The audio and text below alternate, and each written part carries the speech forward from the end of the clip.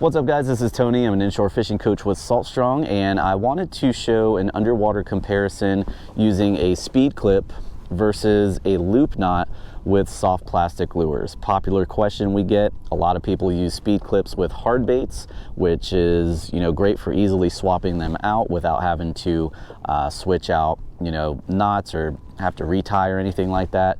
But the pro of using a speed clip with a soft plastic is that you can quickly change weights of hooks without having to retie. So we're going to put this to the test, see if there's any negative effects of using a speed clip with a soft plastic versus using a loop knot. Now the lures that I'm using here, they're exactly the same. This is our 5-inch bomber Mulligan in the Arkansas Shiner color, and I've got it rigged up on a 3/0 1/8 ounce Hoss Helix hook, and this is the one with the speed clip.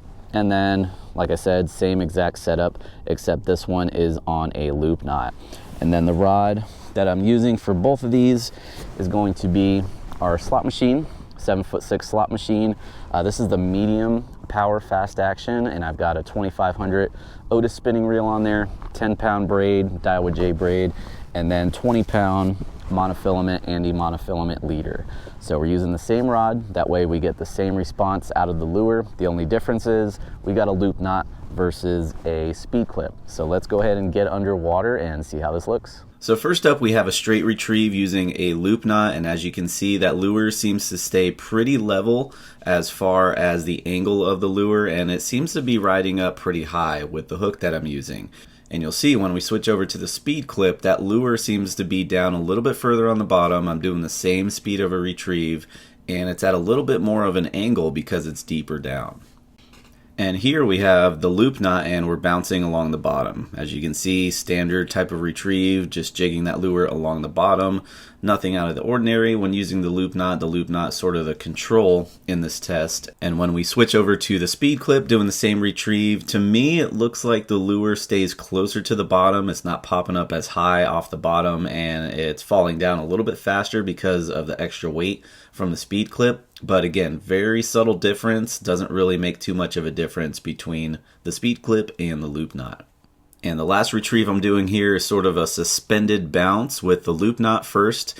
And as you can see, the lure bounces up, glides down to the bottom, and it stays right around that middle water column. This is about 3 to 4 feet of water. And then when we switch over to the speed clip, again, what I'm seeing is that that speed clip is weighing it down just a little bit more, and it seems to be a little bit closer to the bottom, doing the same type of retrieve at the same speed. So the results that I found here are that speed clips can be used effectively with soft plastic lures on hooks with very little to no effect on the action. The biggest factor will be the slight increase in weight, especially depending on the size of the speed clip that you use, which you'll want to consider depending on the depth and activity level of the fish you're going after.